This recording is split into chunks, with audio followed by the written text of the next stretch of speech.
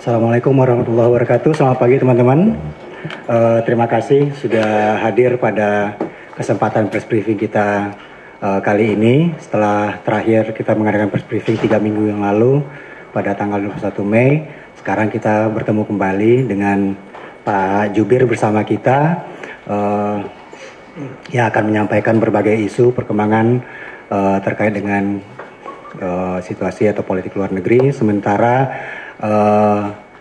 di Zoom hadir bersama kita juga Pak Juda Nugraha, Direktur Pelindungan WNI yang saat ini tidak sedang berada di tempat. Jadi alhamdulillah, terima kasih Pak Dirjuda sudah bergabung dalam Zoom untuk press briefing kita kali ini.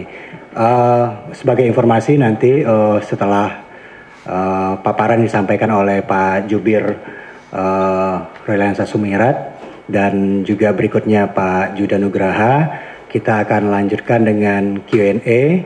Nanti kita akan bagi sesi kiri dan kanan, dan nanti karena Pak Jubir ada kegiatan lain pada pukul 11.50, jadi nanti kita lihat perkembangannya, apakah masih ada kesempatan untuk teman-teman doorstop atau Pak Jubir harus segera meninggalkan ruangan ini. Ya, tanpa memperpanjang waktu, kami persilakan Pak Jubir, Pak Roy untuk menyampaikan kepada teman-teman. Makasih. Silakan Pak Roy. Terima kasih Pak Ferry.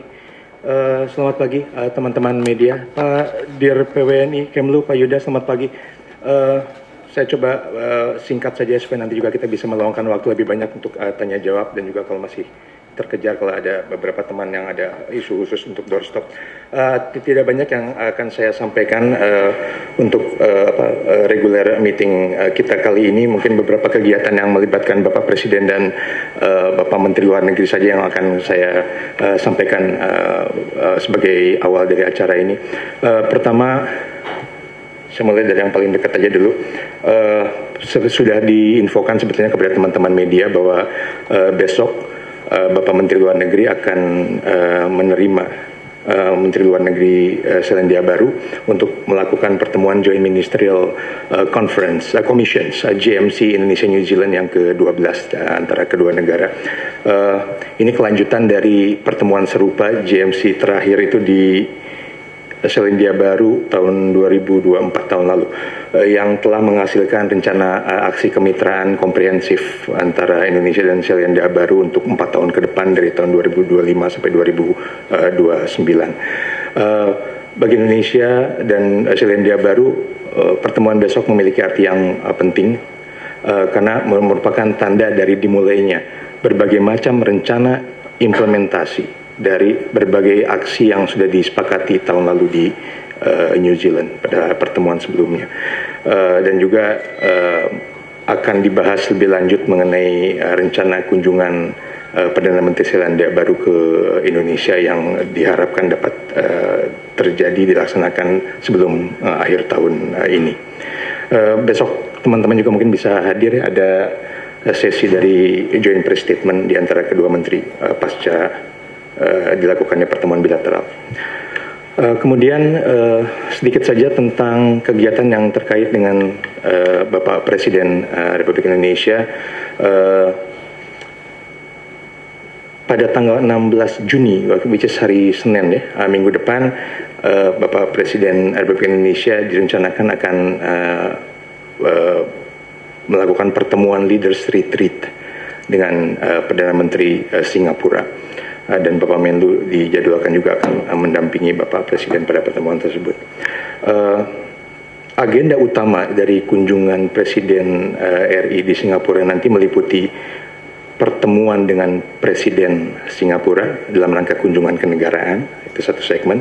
Kemudian akan ada pertemuan bilateral dengan Perdana Menteri Singapuranya sendiri dalam kerangka Leaders Retreat. Ini sebenarnya akan menjadi kunjungan perdana Bapak Presiden ke Singapura dalam masa jabatannya, serta juga akan menjadi Leaders Retreat pertama bagi kedua kepala pemerintahan setelah pemilu yang terbaru di Singapura bulan Mei tahun ini. Pada kunjungan ini, pada pertemuan Leaders Retreat ini akan dibahas berbagai prioritas kerjasama strategis dalam konteks pemerintahan dan kabinet baru dari kedua negara. Isu-isu yang terkait dengan investasi di kedua negara di berbagai bidang juga akan banyak direncanakan akan banyak dibahas, dan juga tentunya penguatan kerjasama di berbagai aspek lainnya. Akan ada beberapa deliverables yang saat ini masih dalam proses penyiapan akhirnya yang diharapkan dapat disepakati pada pertemuan nanti.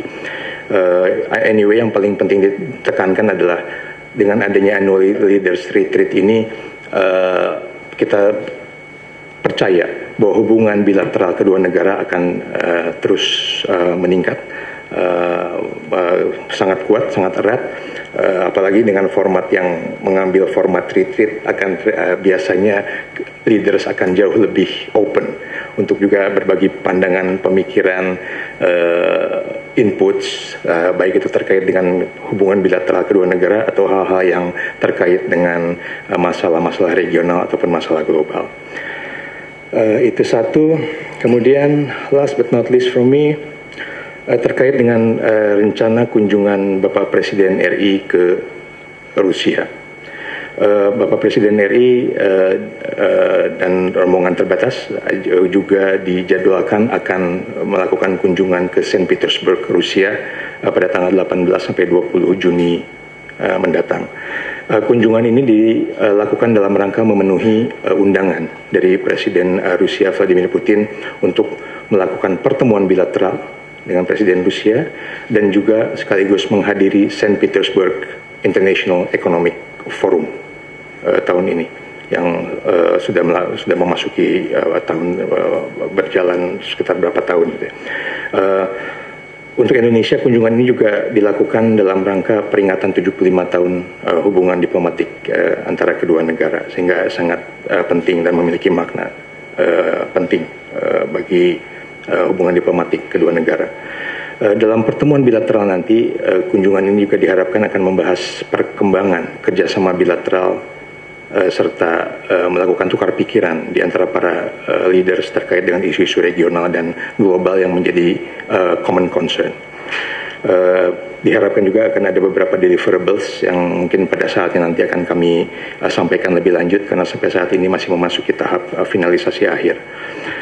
Khusus untuk partisipasi Bapak Presiden RI pada Saint Petersburg International Economic Forum, Bapak Presiden dijadwalkan akan menyampaikan pidato pada sesi pembukaan dan sesi pleno bersama dengan Presiden Rusia.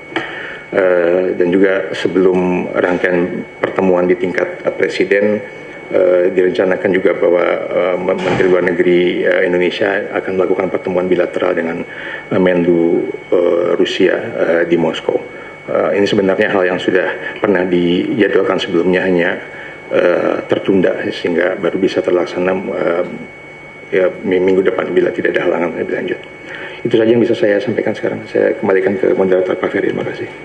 Terima kasih Pak Roy. Untuk berikutnya kami berikan kesempatan kepada Pak Dir Juda untuk menyampaikan informasi kepada teman-teman media. Silakan Pak Dir. Ya, terima kasih kepada Pak Ferry. Ya, kami hormati Pak Jubir, rekan-rekan media. Mohon maaf kami tidak bisa hadir secara langsung bersama teman-teman di Ruang Palapa. Ada beberapa update yang ingin kami sampaikan, terutama terkait dengan kondisi warga negara kita yang ada di Amerika Serikat. Dapat kami sampaikan bahwa Kementerian Luar Negeri dan 6 perwakilan RI yang ada di Amerika Serikat terus memonitor dari dekat situasi yang ada di Amerika Serikat terkait dengan operasi penegakan hukum keimigrasian yang dilakukan oleh otoritas Amerika. Nah, dalam konteks tersebut dapat kami sampaikan bahwa sebagaimana diketahui rekan-rekan, pada tanggal 6 Juni yang lalu otoritas Federal Imigrasi Amerika Serikat melakukan operasi penegakan hukum keimigrasian di wilayah Los Angeles. Operasi ini menimbulkan reaksi dari masyarakat dan juga demonstrasi yang awalnya damai namun berubah menjadi kericuhan. Kami juga memantau bahwa demonstrasi bukan hanya terjadi di wilayah LA, namun juga terjadi di beberapa negara bagian yang lain, seperti San Francisco, New York, Chicago, Minnesota, dan lain sebagainya. Dari komunikasi yang dilakukan oleh perwakilan RI dengan simpul-simpul masyarakat Indonesia yang ada di Amerika Serikat, dapat kami sampaikan bahwa hingga saat ini tidak ada warga negara Indonesia yang menjadi korban dari kericuhan yang terjadi selama proses demonstrasi. Namun dapat kami sampaikan bahwa dalam operasi penegakan hukum keimigrasian di Los Angeles ada 2 WNI kita yang ditangkap. Sekali lagi ini ditangkap bukan karena kerusuhannya, namun ditangkap karena memang diduga melakukan pelanggaran keimigrasian.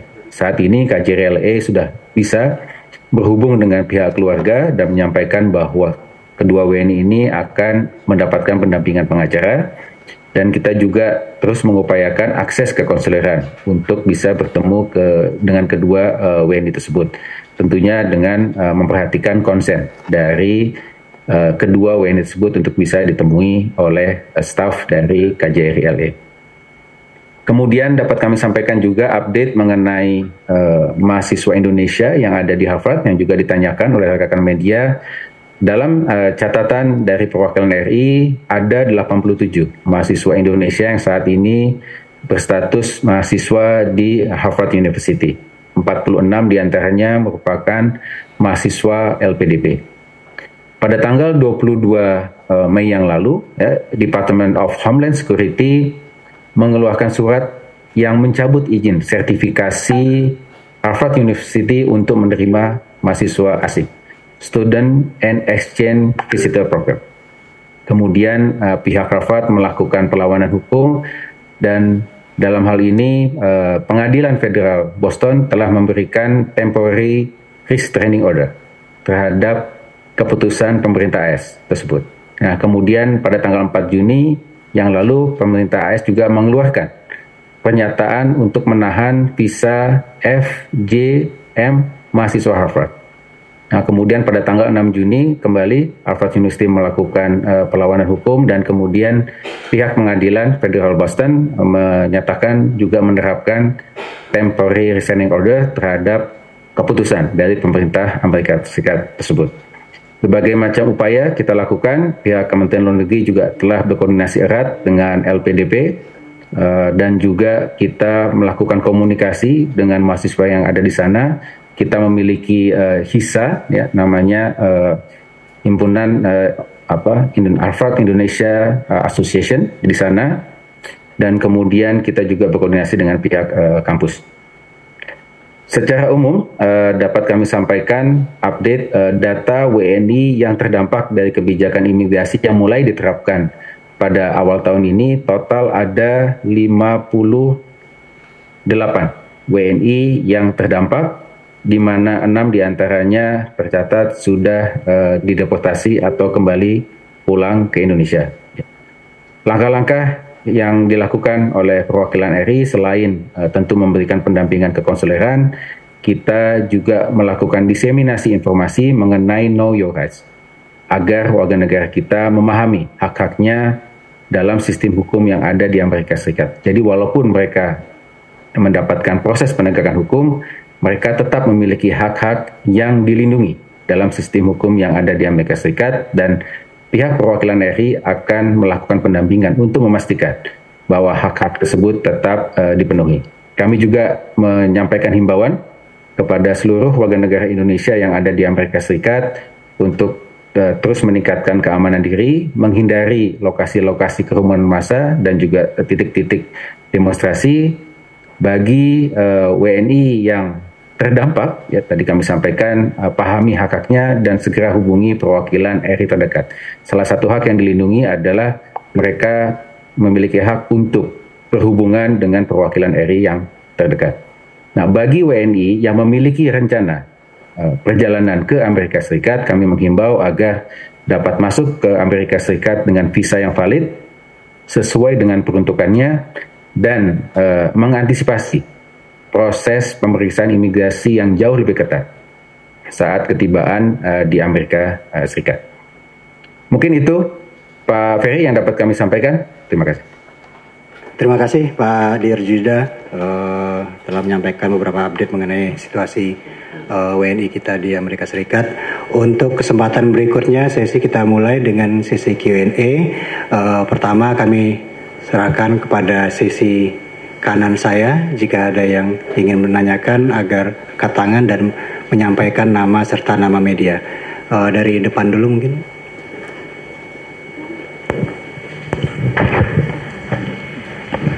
Selamat pagi Pak Roy.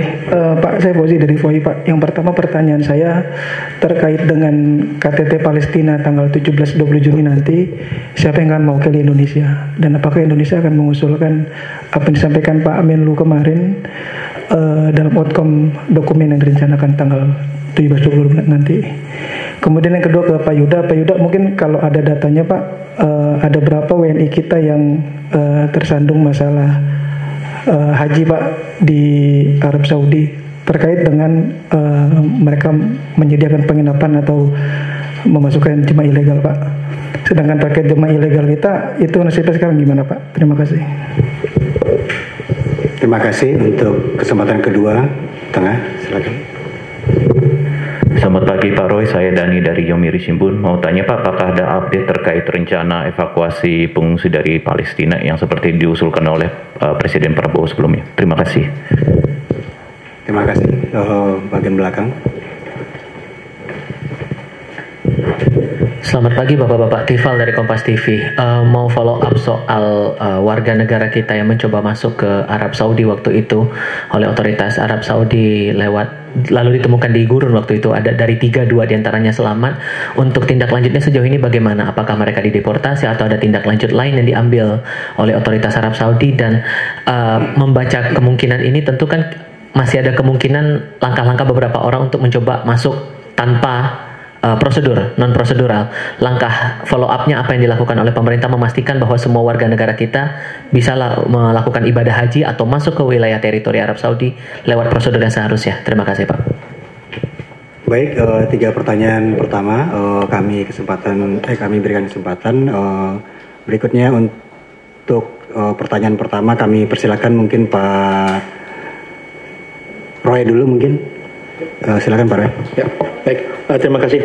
Tadi pertanyaan tentang High Level Conference Palestine ya. Betul bahwa memang pada tanggal 17 Juni nanti di Perserikatan Bangsa-Bangsa di markas besar ya di New York, bukan di Jenewa, akan ada High Level International Conference for the peaceful settlement of the questions of Palestine and the implementations of the two-state solutions. Jadi sebuah High Level International Conference yang khusus membahas mengenai penyelesaian damai bagi masalah Palestina dan juga implementasi dari two-state solutions. Dapat saya sampaikan bahwa saat ini Indonesia merupakan salah satu proponen utama dari penyelenggaraan High Level Conference ini, dan juga saat ini bahkan pada saat ini masih berlangsung penyusunan berbagai macam outcome dokumen yang diharapkan akan disahkan, diadopsi pada saat conference di PBB tersebut. Kita saat ini bersama dengan Italia mengetuai salah satu working group dari conference tersebut yang membahas khusus mengenai aspek keamanan terkait dua negara ataupun keamanan regional dalam kerangka implementasi two-state solutions tersebut. Itu sebagai bentuk dari dukungan kita terhadap rencana penyelenggaraan konferensi ini.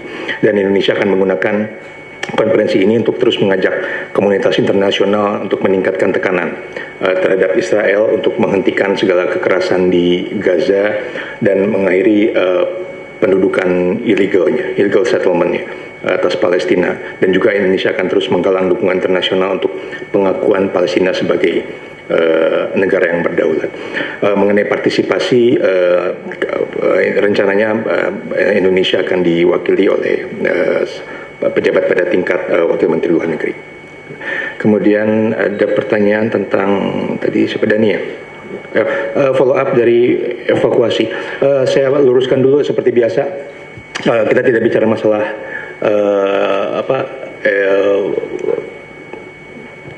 kita harus berhati-hati dengan ini ya, dengan terminologi. Lagi-lagi kalau masalah evakuasi itu as if kita akan melakukan sebuah kegiatan memindahkan orang dari satu tempat ke tempat lain indefinitely, which is bukan itu yang dibahas, bukan itu yang digagas, dan bukan itu yang sudah dirumuskan selama ini, ditawarkan selama ini oleh pemerintah Indonesia, sebagaimana yang disampaikan Bapak Presiden dari sejak beberapa bulan yang lalu, disampaikan bahwa Indonesia siap untuk menerima atau melakukan perawatan medis kepada warga Gaza yang membutuhkan, dengan catatan bahwa hal tersebut sudah dilakukan melalui sebuah modalitas yang jelas dan disepakati oleh semua pihak terkait. Dan dalam beberapa kesempatan terpisah, termasuk juga dalam beberapa press briefing sebelumnya, saya sampaikan masalah konsen ini menjadi sangat penting, baik itu konsen dari orang-orang yang kemungkinan akan mendapatkan perawatan medis di Indonesia, dan juga mendapatkan persetujuan dari pemerintah Palestina dan juga dari negara-negara sekitar. Karena the last thing yang kita inginkan, yang sangat kita betul-betul hindari, adalah bahwa ada upaya yang seolah-olah sekarang memproyeksikan secara salah bahwa Indonesia mendukung rencana pengosongan Gaza. Bukan itu, sekali lagi saya sampaikan, hopefully for the last time, bukan itu yang pemerintah Indonesia inginkan dan rencanakan. Indonesia sama sekali menolak berbagai macam rencana pengosongan Gaza ataupun wilayah Palestina yang diduduki secara ilegal oleh Israel. Demikian mungkin yang terkait dengan HLC dan masalah evakuasi. Thank you. Terima kasih Pak Jubir. Berikutnya kami berikan kesempatan kepada Pak Dir Juda. Silakan Pak Dir. Ya, terima kasih untuk pertanyaan terkait dengan jamaah haji kita. Jadi dapat kami sampaikan untuk masalah data, nanti kami akan sampaikan kepada rekan-rekan media mengenai update data terakhir jumlah kasus WNI kita atau jamaah haji Indonesia yang bermasalah, ya, terutama yang ilegal. Dan kemudian update terkait dengan kasus yang sebelumnya yang sudah kami sampaikan, dari 3 yang ditemukan di gurun di sekitar Mekah, 1 meninggal dan saat ini sudah dimakamkan di Saudi, ya, di dekat wilayah Mekah sesuai dengan izin dari keluarga. Kemudian untuk 2 WNI yang lainnya terpantau mereka sudah berada di Jeddah, ya, tidak ditahan, ya. Sebagaimana proses sebelumnya, sebetulnya kejadian ini sebetulnya mereka awalnya sudah juga terkena razia. Mereka kemudian dikembalikan ke Jeddah pada saat mencoba masuk ke Mekah, tertangkap dan kemudian dikembalikan ke Mekah, dikembalikan ke Jeddah. Namun mereka tidak ditahan di sana. Nah, kemudian mereka kembali lagi melalui jalur gurun untuk masuk ke Mekah. Nah, setelah ditangkap kedua kalinya, yang 2 ini tercatat berada di Jeddah dan tidak ditahan. Dan dalam konteks ini tentunya yang paling utama adalah melakukan langkah-langkah pencegahan. Pemerintah Saudi menerapkan kebijakan yang sangat ketat saat ini terkait dengan jamaah haji. Hanya jamaah yang memiliki visa haji dan sudah mendaftar di aplikasi nusuk yang boleh masuk ke wilayah Mekah. Dan otoritas Saudi melakukan operasi razia yang sangat ketat terkait dengan jamaah haji yang masuk secara ilegal ke wilayah Mekah. Nah, oleh karena itu tentu kami sangat mengharapkan, ya, kepada seluruh warga negara kita yang ingin menunaikan ibadah haji agar melakukan ibadah haji sesuai dengan prosedur yang sudah ditetapkan. Jangan memaksakan diri, ya, karena justru nanti resikonya sangat besar, ya, bukan hanya masalah penegakan hukum, namun dari kasus yang terjadi saat ini juga dapat membahayakan jiwa. Demikian. Terima kasih Pak Dir Yuda. Berikutnya kami buka kesempatan ke sisi kiri saya. Wah, banyak ternyata. Dari depan dulu, 1 depan, nanti 1 tengah, 1 belakang, nanti kita buka sesi berikutnya. 1 depan. Pagi Pak, saya Tiara dari Kumparan. Pertanyaan pertama, saya mau tahu detail terkait statement Presiden Erdogan kemarin, ya, soal ekspor pesawat Kan. Itu detailnya seperti apa kalau memang ada informasi. Kemudian untuk kasus yang di Malaysia Pak, apakah ada info terbaru yang sesama WNI saling menikam? Kemudian ada rencana kehadiran Prabowo di KTT G7 dan juga kondisi WNI yang ditahan di LA. Terima kasih. Oke, terima kasih. Berikutnya di tengah, siapa tadi?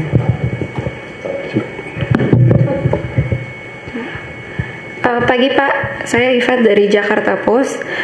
Saya mau nanya soal negosiasi kuota haji, apakah Kemlu terlibat dalam negosiasinya sejauh ini? Lalu selanjutnya pertanyaan untuk Pak Yuda, untuk 2 WNI kita yang di LA ini kan tadi Bapak bilangnya KJRI udah bisa berkomunikasi dengan keluarga gitu, dan terus mengupayakan akses untuk bantuan konsuler. Ini apakah ada challenge di sini Pak untuk pihak Indonesia untuk mendapatkan akses kepada 2 WNI ini?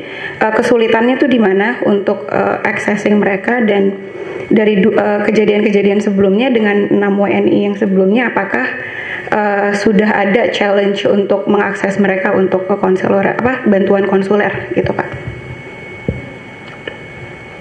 Oke, berikutnya di belakang. Halo, selamat siang. Saya Nurul dari era.id. Pertanyaannya untuk Pak Juda, mau izin follow up soal WNI yang ditangkap di Pulau Jeju, Pak. Mengenai izin yang pemalsuan kartu izin itu seperti apa update-nya? Terima kasih. Oke, 3 pertanyaan pertama. Karena banyak dari Pak Juda, untuk Pak Juda nih, mungkin silakan Pak Juda. Kami persilakan. Terima kasih teman-teman untuk pertanyaannya terkait dengan WNI kita ya yang ada di LA dulu ya, tadi disampaikan melengkapi informasi yang sudah kami sampaikan sebelumnya. Untuk 2 WNI kita yang ditangkap dalam operasi imigrasi di Los Angeles dengan inisial ERS dan juga CT, mereka ditangkap di rumah ya, ketika operasi dilakukan secara targeted. Keduanya tercatat memiliki pelanggaran keimigrasian, satu diantaranya juga memiliki catatan kriminal. Kemudian langkah-langkah yang bisa kita lakukan ya, termasuk menjawab pertanyaan dari Mbak Iva tadi, untuk pendampingan kekonsuleran ini merupakan tugas dan tanggung jawab dari perwakilan RI untuk memberikan pendampingan konsuleran. Namun dalam konteks ini ada 2 hal. Pertama, kita memintakan akses ya kekonsuleran tersebut kepada otoritas setempat ya, dalam banyak kasus itu diberikan dan kemudian kita juga mendapatkan update data, komunikasi bisa dilakukan juga dengan para WNI kita, baik bertemu maupun melalui komunikasi telepon ke penjara. Namun juga ada konteks yang kedua terkait dengan konsen. Ya, jadi sesuai dengan Konvensi Wina 1963 mengenai hubungan kekonsuleran, bahwa negara setempat wajib memberikan akses kekonsuleran untuk dapat menemui warganya selama yang bersangkutan memberikan konsen.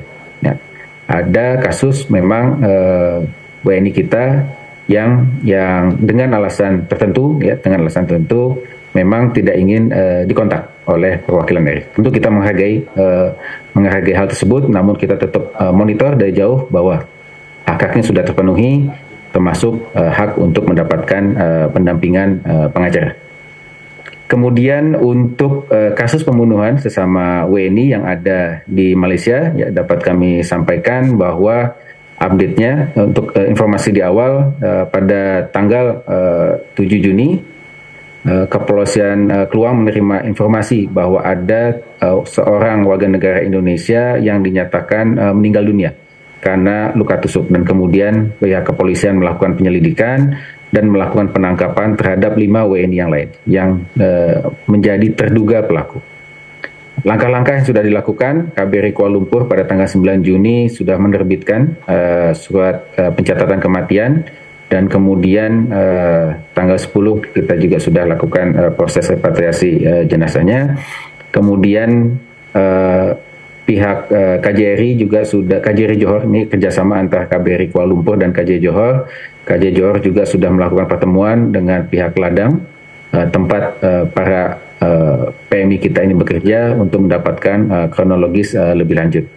Ya, kemudian dapat juga kami sampaikan, untuk repatriasi jenazah itu sudah dilakukan tanggal 10, tanggal 11, bukan tanggal 10, dari Kuala Lumpur ke Lombok. Gitu. Dan kemudian KJRI Johor Bahru juga telah mengajukan request untuk akses ke konsuleran, dapat menemui 5 WNI tersebut. Disampaikan saat ini bahwa pihak kepolisian masih melakukan proses penyelidikan, sehingga menunggu penyelidikannya selesai, nanti akses ke konsuleran akan diberikan. Kemudian untuk kasus yang di Jeju, ya, terkait dengan warga negara kita yang melakukan pemalsuan dokumen, dapat kami sampaikan bahwa sidang akan dijalani oleh 2 WNI yang akan dilakukan pada tanggal 13 Juni mendatang, dan kita juga akan melakukan pendampingan kekonsuleran untuk proses persidangannya. Demikian update dari kami.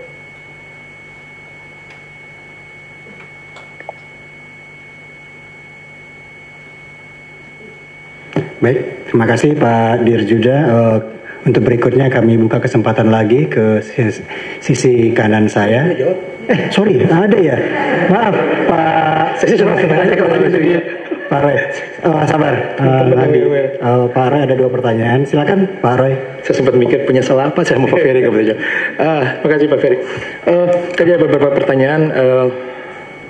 Pertama tentang informasi mengenai pengadaan pesawat dari Turki. Mungkin informasi lebih lanjut bisa ditanyakan kepada teman-teman di Kementerian Pertahanan, tapi yang pasti bahwa saat ini seperti pernah disampaikan dalam beberapa kesempatan sebelumnya, Bapak Presiden memberikan perhatian yang besar terhadap upaya Indonesia untuk meningkatkan kapabilitas kemampuan alutsistanya, dan dalam hal ini kerjasama dengan seluruh negara akan terus dilakukan, termasuk dengan negara-negara yang memang sudah memiliki tawaran-tawaran yang mungkin dapat dieksplor lebih lanjut, termasuk dengan dalam hal ini dengan Turki. Jadi itu bukan sebuah hal yang baru dan merupakan tanda bahwa kita akan terus menggali kerjasama dengan berbagai negara di bidang ini. Kemudian tadi ada pertanyaan tentang G7 memang Bapak Presiden sudah mendapatkan undangan dari Perdana Menteri Kanada untuk mengikuti sesi outreach dari KTT G7 ke-51 di Kanada tanggal 17 Juni. Karena seingat saya pertemuan KTT G7-nya sendiri itu berlangsung lebih awal, tapi outreach-nya yang melibatkan beberapa negara yang bukan anggotanya itu baru akan terlaksana di tanggal 17. Dan memang undangan tersebut menunjukkan bahwa Indonesia dipandang penting, memiliki signifikansi di kancah politik global saat ini. Mengingat biasanya undangan yang dikeluarkan oleh negara-negara G7 ini kepada negara non-anggota G7 itu pun bersifat terbatas.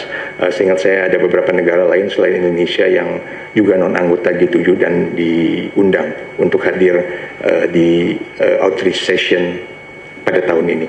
Namun seperti yang saya sampaikan di awal, karena adanya beberapa komitmen pertemuan Bapak Presiden, baik itu terkait dengan pertemuan di Singapura dan juga dengan partisipasi di forum St. Petersburg di Rusia, maka Bapak Presiden tidak dapat hadir pada pertemuan tersebut. Beberapa hari yang lalu Bapak Presiden juga sudah menerima telepon langsung dari Perdana Menteri Kanada dan menyampaikan dukungannya terhadap rencana penyelenggaraan G7 ini, dan Indonesia akan terus mendorong penguatan berbagai kerjasama erat antara G7 dengan negara-negara non G7 lainnya, khususnya terkait dengan berbagai tantangan global. Dan itu sudah disampaikan langsung oleh Bapak Presiden kepada Perdana Menteri Kanada pada saat berlangsungnya telepon di antara kedua pimpinan. Terakhir pertanyaan ke saya itu dari Fed ya tentang haji.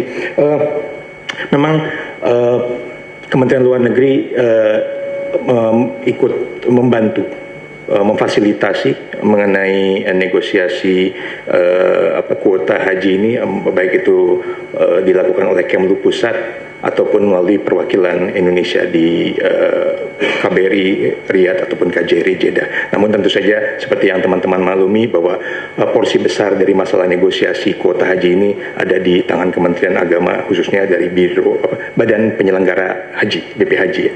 Sehingga kita memfasilitasi agar negosiasi yang dilakukan oleh teman-teman Kementerian Teknis dalam bidang ini dapat berjalan dengan lancar. Thank you. Terima kasih Pak Jubir. Berikutnya sesi 3, sisi kanan saya, Pak Madi. Terima kasih, Mahdi dari Harian Kompas. Pertanyaan lebih ke Pak Roy. Yang pertama, Pak Roy, dengan penunjukan bukan hasil pemilihan di Korea Selatan ya, udah ada Perdana Menteri baru. Apakah peluang kerjasama Indonesia dengan Korea menjadi lebih terbuka dalam konteks kerjasama yang pengembangan KFX 21, dan terakhir kan kita sendiri mundur atau bukan mundur ya, istilahnya menutup peluang Korea untuk join di industri baterai listrik di Indonesia, lebih memilih Cina. Nah, ini apakah ada langkah lanjutan yang membuat Indonesia bisa mendorong kerjasama lebih tinggi setelah kejadian-kejadian kemarin? Ya, itu satu. Kemudian yang kedua, deliverables yang untuk kunjungan Pak Presiden Prabowo ke Rusia. Terakhir kunjungan Presiden kita Pak Jokowi itu lebih banyak ke soal kuota gandum ya, kalau nggak salah. Kita impor gandum supaya kita agak lebih menjamin pasokan kita ke industri-industri yang membutuhkan di sini, mulai dari mie, roti dan sebagainya. Nah, apakah ada deliverables konkret yang bisa kira-kira kita raih dalam konteks kunjungan Pak Presiden saat ini? Misalkan Rusia sering mungkin pengembangan PLTN nuklir, mereka seringkali mengundang pejabat pemerintah Indonesia untuk berkunjung ke Rusia melihat potensi pengembangan nuklir di sana. Bukan potensi, malah sudah jalan seperti itu. Apakah akan mengarah ke sana atau mungkin ada hal lain yang bisa secara konkret deliverables-nya seperti itu? Terima kasih. Terima kasih. Berikutnya di belakang Mas Madi, masih ada? Nggak ada. Oke, sisi kiri saya mungkin masih ada yang ingin bertanya. Oke, silakan.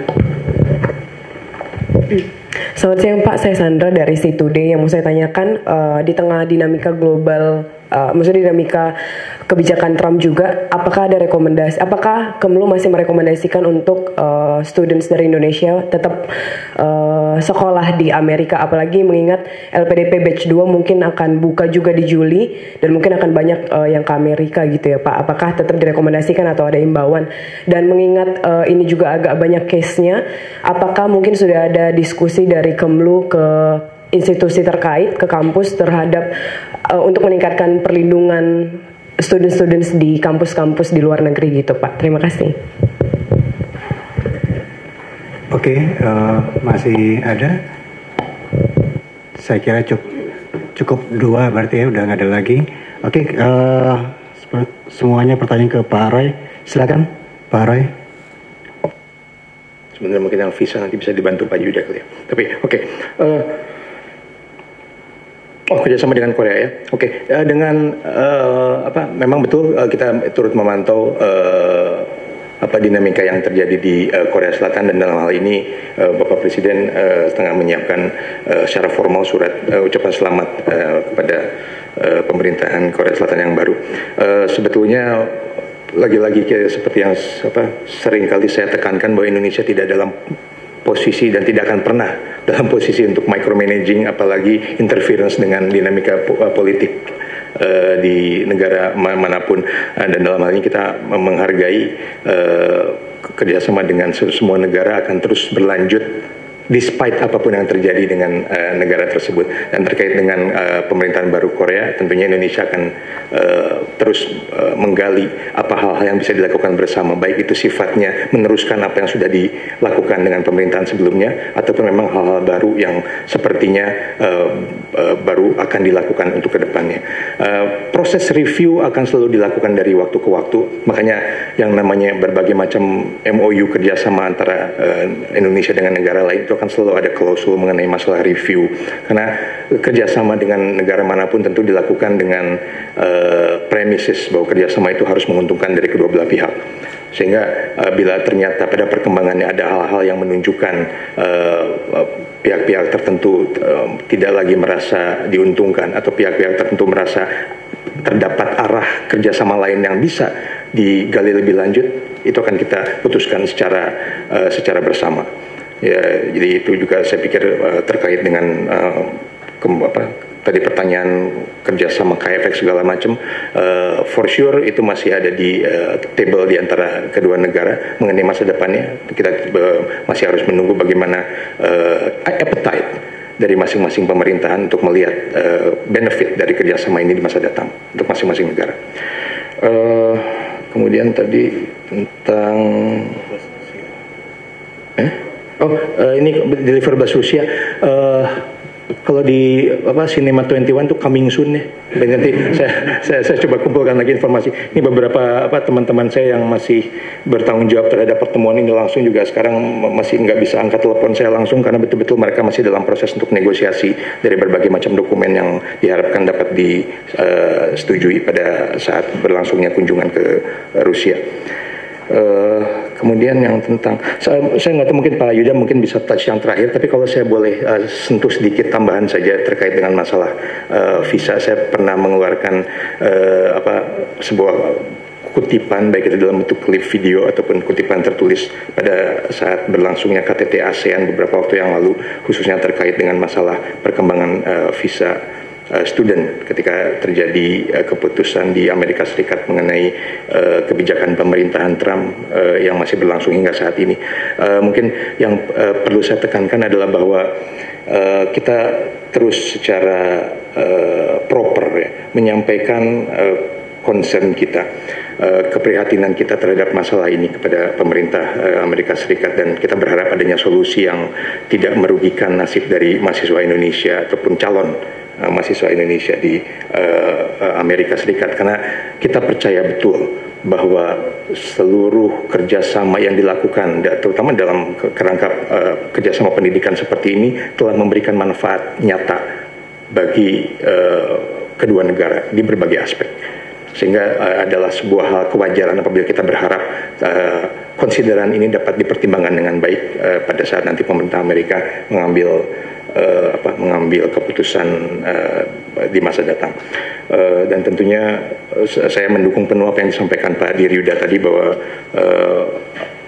know your rights itu penting, apalagi untuk menghindari hal-hal yang tidak diinginkan bagi para mahasiswa sekarang yang masih berada di Amerika. Kita terus mencoba untuk memberikan bantuan kekonsuleran apabila dibutuhkan terhadap mereka-mereka yang kemungkinan akan terdampak. Dan mungkin satu hal lain yang sebenarnya bisa saya tambahkan, apologize Pak Yuda, saya agak lancang masuk ke ranahnya Bapak. Selain know your rights, mungkin sebenarnya juga know your responsibility.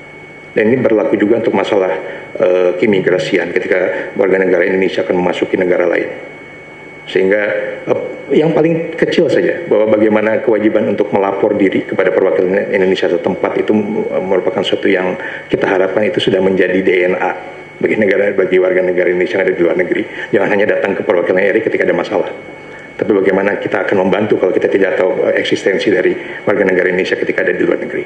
Jadi tahu juga kewajiban-kewajiban, selain tentunya tahu kewajiban berdasarkan ketentuan-ketentuan hukum-hukum nasional setempat yang berlaku. Thank you. Terima kasih Pak Roy. Mungkin Pak Dirjuda ada yang ingin ditambahkan terkait pertanyaan terakhir pengiriman mahasiswa kita ke Amerika Serikat. Silakan Pak Dirjuda.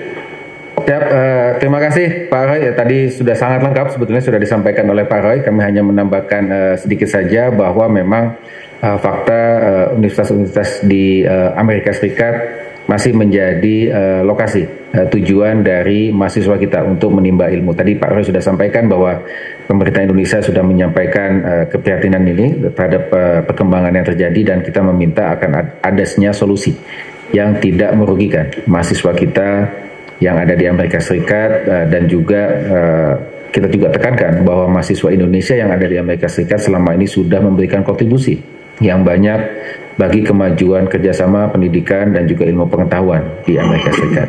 Nah, yang paling utama saat ini adalah bagaimana kita bisa melakukan langkah-langkah baik sifatnya antisipasi maupun mitigasi. Dalam konteks tersebut, Kementerian Luar Negeri bekerjasama dengan LPDP dan pihak-pihak terkait sudah melakukan langkah-langkah dan persiapan untuk hal tersebut, ya, untuk memberikan pelindungan yang optimal bagi para mahasiswa kita. Dan kami ingin mengeko tadi yang disampaikan Pak Jubir, ya, penting sekali juga di luar konteks mahasiswa, namun secara umum bagi WNI kita yang ada di Amerika Serikat, memang dapat kami sampaikan banyak warga negara kita yang melakukan pelanggaran keimigrasian di Amerika Serikat. Ya. Mostly karena tekanan ekonomi seperti itu, ya, ingin mencari pekerjaan, ya, namun kemudian masuk ke Amerika Serikat melalui cara yang ilegal ataupun overstay.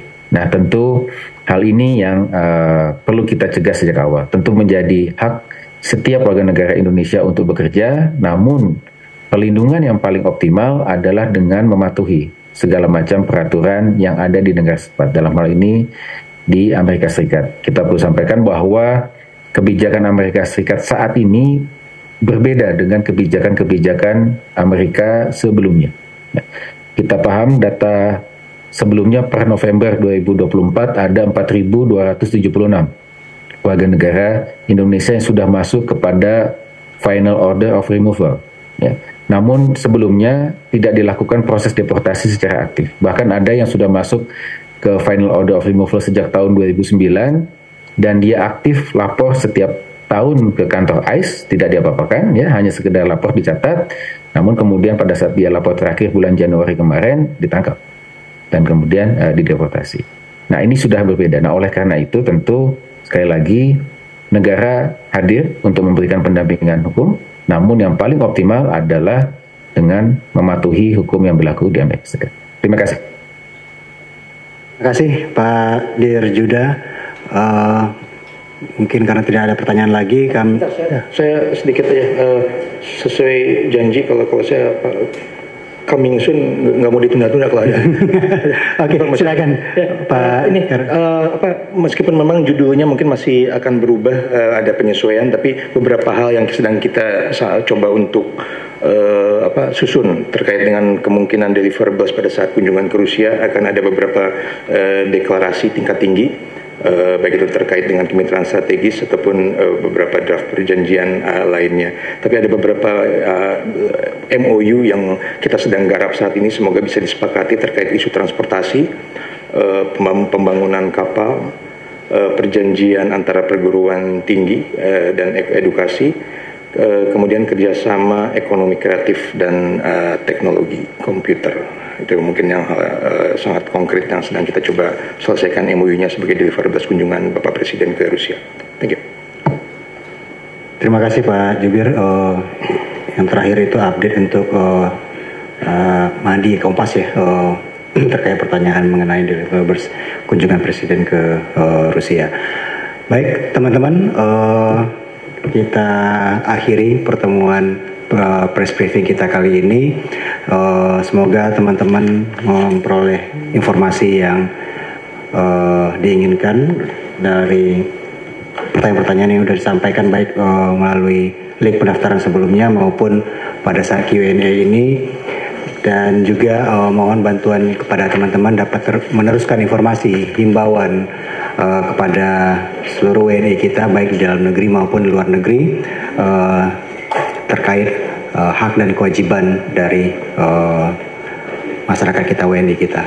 Demikian kami akhiri pertemuan press briefing kali ini. Terima kasih Pak Jubir dan Pak Dirjuda atas kehadirannya. Semoga bermanfaat untuk kita semua. Wabillahi taufiq wal hidayah. Assalamualaikum warahmatullahi wabarakatuh. Waalaikumsalam.